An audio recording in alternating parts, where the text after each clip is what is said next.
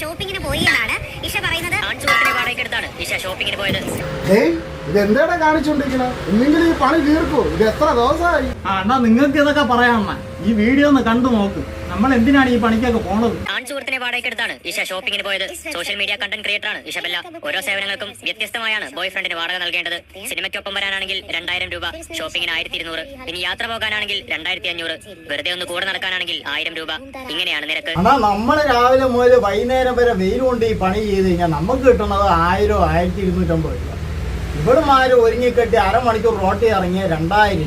നമ്മുടെ ആഭ്യന്തരമന്ത്രി രമേശ് ചെന്നിത്തലയുടെ അടുത്ത് ഒരു കാര്യമേ പറയുള്ളൂ. നിങ്ങൾ ഓപ്പറേഷൻ തൂഫാൻ നടത്തിയ കണക്ക് ഇവളെയൊക്കെ പൂട്ടാനും കൂടെ ഒരു ഓപ്പറേഷൻ അങ്ങ് നടത്തണം.